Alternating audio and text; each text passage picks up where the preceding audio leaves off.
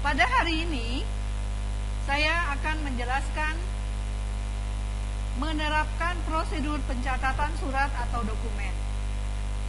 Tapi sebelumnya kita harus mengetahui dulu apa itu yang namanya surat dan apa itu dokumen. Surat adalah sarana komunikasi secara tertulis untuk mengumpulkan informasi dari satu pihak kepada pihak yang lain. Sedangkan dokumen adalah surat penting dan berharga yang sifatnya tertulis dan tercetak yang berfungsi sebagai bukti ataupun keterangan. Saya rasa semua orang pernah membuat surat, menerima surat, karena surat adalah bagian kehidupan kita. Kita bisa berkomunikasi langsung, tapi surat juga memegang peranan penting dalam suatu perkantoran. Sebagai media komunikasi, surat itu adalah mempunyai keunggulan. Yang pertama adalah surat dapat merekam informasi secara panjang lebar. Karena dalam surat kita bisa menuangkan apa-apa yang akan kita tuangkan dalam isi surat tersebut hingga orang lain paham dan mengerti. Yang kedua, secara prakteknya surat itu mudah. Yang ketiga adalah dalam membuat surat itu dapat menyimpan rahasia. Yang keempat, efektif karena informasi bisa langsung sampai ke tujuan. Yang kelima adalah ekonomis. Selanjutnya, sebelum kita lebih jauh memahami, mempraktekkan bagaimana kita membuat surat, sekarang kita harus tahu dulu apa itu fungsi dari surat. Yang pertama adalah surat itu sebagai duta atau wakil penulis.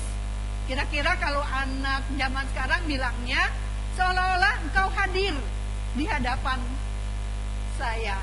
Kira-kira seperti itu. Yang kedua adalah sebagai alat pengingat atau berpikir. Karena dalam hal ini surat itu dapat diarsipkan. Mungkin kalian bingung, apa sih itu arsip? Arsip adalah kumpulan surat menyurat yang disimpan hingga pada suatu saat nanti kita dapat atau menginginkan kembali mudah atau gampang ditemukan. Yang ketiga, surat itu juga bisa dikatakan sebagai bukti tertulis. Kenapa? Contohnya misalnya dalam surat perjanjian, ya, dan surat-surat yang lain, karena bukti tertulis sama dengan ya bukti otentik lah, jelas. Yang keempat adalah bukti historis, misalnya surat perubahan dan perkembangan instansi dari ke tahun ke tahun itu tetap harus ditulis, harus disimpan hingga memori historis suatu perusahaan atau suatu kantor bisa terbaca kembali. Yang kelima adalah alat untuk menjamin keamanan. Saat kita akan bepergian, biasanya kita akan meminta surat. Itu yang dinamakan dengan surat jalan. Selanjutnya, kita akan berbicara masalah penanganan surat. Karena surat ini tidak dikatakan dengan simple, gampang membuatnya, tidak.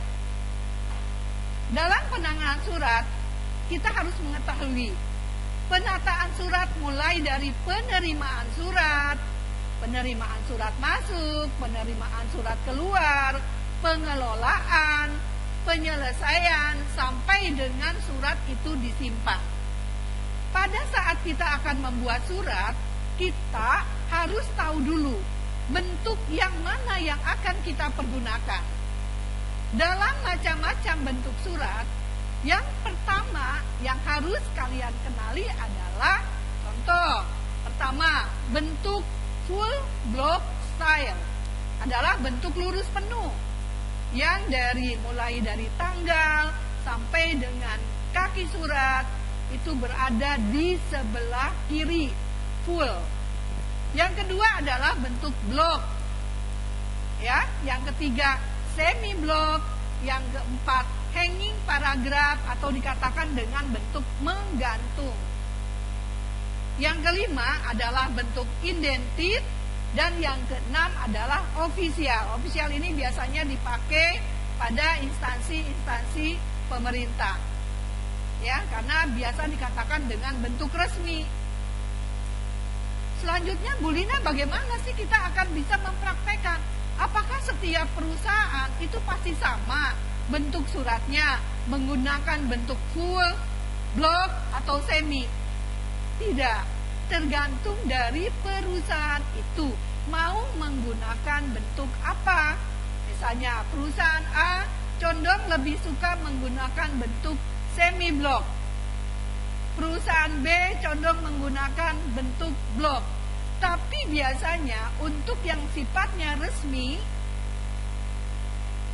pemerintahan biasa menggunakan bentuk ofisial atau bentuk resmi. Sekarang kita lihat, apapun yang kita gunakan dalam bentuk surat, kita harus mengetahui dulu bagian-bagian surat. Bagian-bagian surat itu kira-kira ada 12 lah. Yang pertama adalah kepala surat. Yang kedua, nomor. Yang ketiga, lampiran. Yang keempat, H. Kelima, tanggal. Keenam, alamat dalam. Yang ketujuh adalah isi surat. Yang kedelapan adalah salam penutup. Yang kesembilan adalah kolom tanda tangan, nama jelas, dan jabatan. Anak-anakku sekalian, kita akan tahu dulu sebelum kita membuat secara terperinci bagaimana membuat surat yang baik. Kenapa? Tadi dikatakan bahwa surat adalah duta. Surat adalah seolah-olah seseorang hadir yang mencerminkan perusahaan itu dari surat. Sekarang kita lihat kepala surat. Kepala surat adalah identitas dari perusahaan, yang di sana dicantumkan nama perusahaan, alamat, nomor telepon atau fax dan lain sebagainya. Karenanya dikatakan dengan identitas perusahaan dibuat harus sedemikian rupa.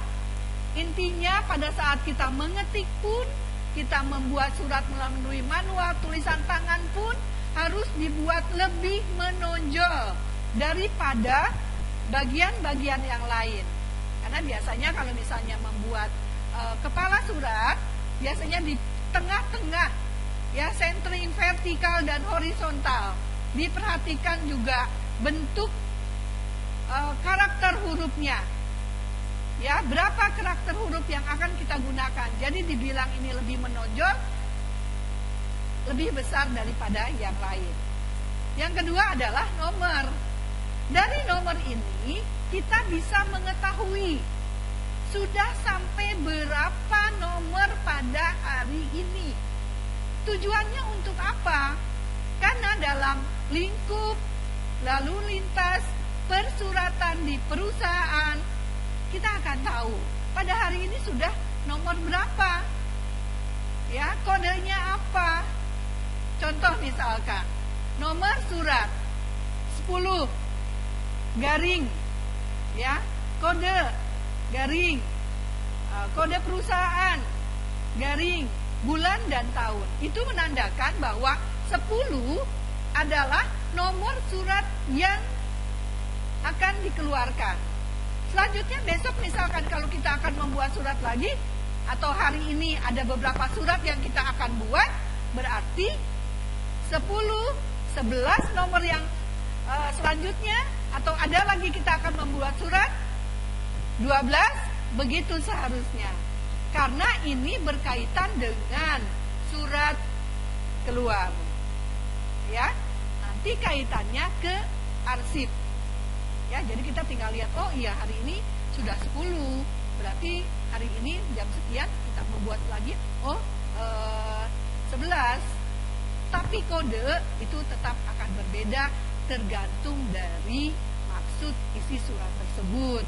Misalnya surat penagihan, surat komplain, surat pesanan, dan lain sebagainya. Jadi kode surat itu sudah tertera di bagian persuratan. Yang selanjutnya adalah lampiran. Apa sih itu lampiran? Secara inti, lampiran adalah sesuatu yang dilampirkan dalam surat. Apa sih itu sesuatunya? Contoh, dalam pembuatan surat bisnis misalkan, kita akan menawarkan suatu produk, suatu barang. Ini cocok sekali untuk jurusan BDP, ya. Nanti pada lampiran akan dilampirkan lampiran titik 2, satu helai. Satu helainya apa?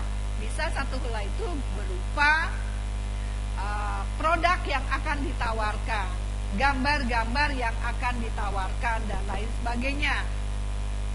Yang keempat adalah hal. Hal apa itu? Hal adalah inti daripada surat. Seseorang akan mengetahui secara keseluruhan dari surat yang sudah dibuat, hanya melihat dari hal, dia sudah tahu, oh ini surat penawaran, oh ini surat pembelian, oh ini surat komplain, dan lain sebagainya. Dalam penulisannya, itu harus betul-betul sangat baik. Memang kalau surat itu fleksibel ya, tapi pada saat kita akan membuat atau mengetik, kita harus betul-betul memperhatikan sesuai dengan kaidah bahasa Indonesia. Kita lanjutkan. Yang selanjutnya adalah tanggal. Ya, tanggal ini dibuat sesuai dengan tanggal pada saat kita hari ini membuat surat. Anakku sekalian, mungkin dari sana kalian bisa lihat. Ibu ulang. Pertama adalah kepala surat, kedua adalah nomor, yang ketiga adalah lampiran, yang keempat adalah hal, yang kelima adalah tanggal. Setelah selesai sampai seperti itu, yang selanjutnya adalah salam pembuka. Apa itu salam pembuka? Penghormatan. Ya, sebelum dari salam pembuka, jangan lupa kalian mencantumkan alamat dalam atau alamat yang dituju. Alamat yang dituju itu penting sekali sebagai penghormatan kita kepada yang membaca surat. Ya, dalam penulisannya alamat dalam, kalau ditujukan untuk seseorang, misalnya kepada direktur PT atau kepada Bapak Direktur PT, jangan lupa kita harus mencantumkan yang terhormat. Bu Lina, bagaimana kalau misalnya saya tidak atau tidak menggunakan kepada, hanya misalkan PT A, jalan, nomor, nama kota. Jadi jangan lupa dituliskan dengan lengkap. Intinya, kalau kita menuliskan untuk seseorang ya atau orang, jangan lupa kita mencantumkan yang terhormat atau YTH, biar kita semua tidak lupa. Yang pertama, kepala surat, penting sekali. Tadi kepala surat untuk apa? Merupakan identitas. Kedua, nomor. Ya, nomor sudah berapa surat yang akan keluar atau surat masuk. Yang ketiga adalah lampiran. Lampiran adalah sesuatu yang dilampirkan dalam surat. Selanjutnya hal, inti daripada isi surat. Jadi kita akan mengetahui secara intinya sebelum kita membaca secara keseluruhan. Hanya dengan melihat hal saja kita akan tahu, oh permasalahannya ini. Jangan lupa, sejajar dengan nomor, kalau kita menggunakan bentuknya itu adalah blok, adalah tanggal. Tanggal di mana hari ini kita akan membuat. Pada pembuatan tanggal, saya ulang kembali. Kalau surat itu sudah ada kepala surat, ya. Kalau surat itu sudah ada kepala surat, kita tidak perlu lagi mencantumkan nama kota. Kenapa?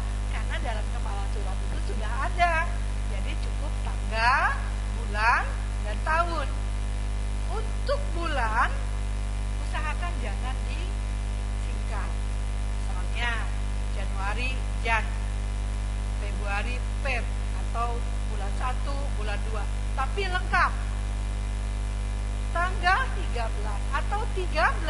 Januari 2021. Tapi kalau suratnya tidak ada kepala suratnya, kita wajib mencantumkan atau harus mencantumkan nama kota Tangerang, 13 Januari 2021. Alamat dalam, jangan lupa kalau untuk seorang kita menggunakan YTH atau yang terhormat, ya. Salam pembuka merupakan penghormatan kita. Nah, apa sih salam pembuka yang sering dipergunakan? Dengan hormat. Bagaimana cara penulisannya? D besar, H kecil, pakai koma. D besar, H kecil, pakai koma. Kalau misalnya untuk surat-surat yang di luar dari kedinasan, kita bisa menggunakan Assalamualaikum, salam sejahtera, atau yang lain sebagainya. Tapi kalau untuk surat dinas adalah dengan hormat. D besar, H kecil, pakai koma. Ya. Selanjutnya isi surat. Ada 3. Alinea awal, 1, 2, 3. Intinya, isinya, akhir. Jadi sebelum kita mengetik, kita harus membuat konsep surat itu dengan baik. Perlihatkan atau baca kembali. Ya, kalau misalkan ada kekeliruan, tinggal kita menggunakan coretan, kita ganti, kita ulang kembali, tulis dengan rapi, hingga pada saat kita mengetik surat tersebut tidak ada atau menghindari kekeliruan. Untuk pengetikan, awas salah mengetik, misalnya O jadi A. Jadi sebelum di print kita baca, kita teliti dari atas. Ya, ada kekurangan titik koma atau ada kalimat yang keliru, ada tanda-tanda baca yang kurang. Jadi saat kita selesai membacanya dan tidak ada kekeliruan, boleh kita print lagi. Setelah di print, kita baca lagi. Ada nggak kesalahan? Kenapa harus seperti itu? Ya tadi dikatakan bahwa surat adalah merupakan duta, ya, duta perwakilan, ya seperti itu. Selanjutnya adalah salam penutup, penghormatan terakhir kita. Apa itu? Ya, salam penutup. Hormat kami. H besar, K kecil, pakai koma. Hormat kami. Ulang. H-nya besar, K-nya kecil, pakai koma. Hormat kami. Ya, setelah itu kolom tanda tangan. Surat hanya sah bila ditandatangani dan diberikan stempel. Jadi kalau kita tidak menerima surat tidak ada tanda tangan, ya, atau stempel, surat tersebut berarti meragukan. Ya. Selanjutnya adalah harus ada nama jelas dari pimpinan, ya. Nama jelas pimpinan. Setelah itu adalah jabatan. Kira-kira seperti itu bagian-bagian surat. Ibu akan memberikan contoh, atau saya akan memberikan contoh. Tadi kita dikatakan bahwa bentuk surat itu full, block, semi, indent, hanging, indented, official. Ada 6. Tapi yang ibu akan perlihatkan hanya 2. Ya, yang pertama adalah full block style, lurus penuh. Anda lihat, mulai dari tanggal, nomor lampiran perihal sampai dengan kaki surat itu adanya di sebelah kiri. Ya. Lihat di bawah, bagian yang paling bawah adalah inisial. Apa sih itu inisial? Inisial adalah kode pengonsep dan pengetik surat. Misalnya, yang mengonsep siapa? Herlina Yuliasi, bisa pakai kode HY. Garing. Yang mengetik siapa? Misalnya yang mengetik adalah Nani, berarti NN. Kalau HY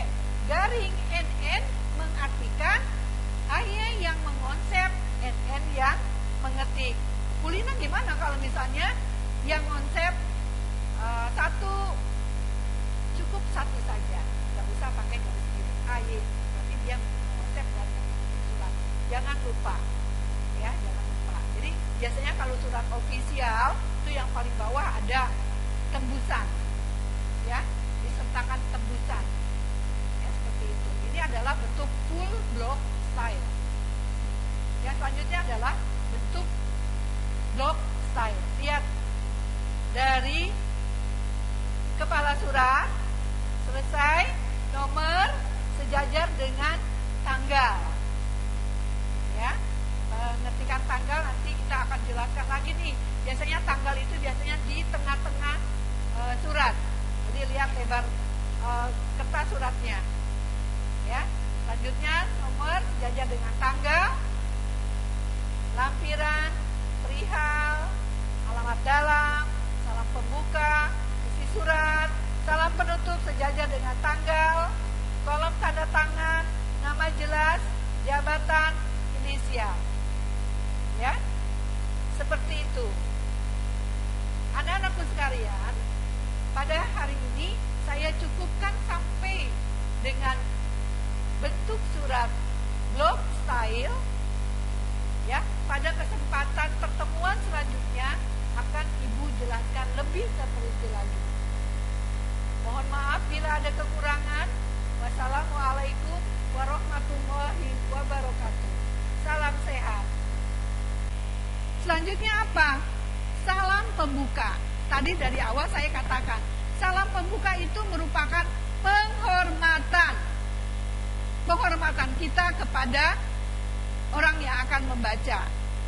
Selanjutnya adalah isi surat. Apa itu isi surat? Biasanya isi surat itu ada 3 alinea. Alinea pertama itu merupakan kata sambut dulu. Alinea kedua biasanya inti daripada surat. Alinea ketiga adalah akhir daripada surat tersebut. Yang selanjutnya adalah salam penutup. Salam penutup juga merupakan penghormatan kita setelah kita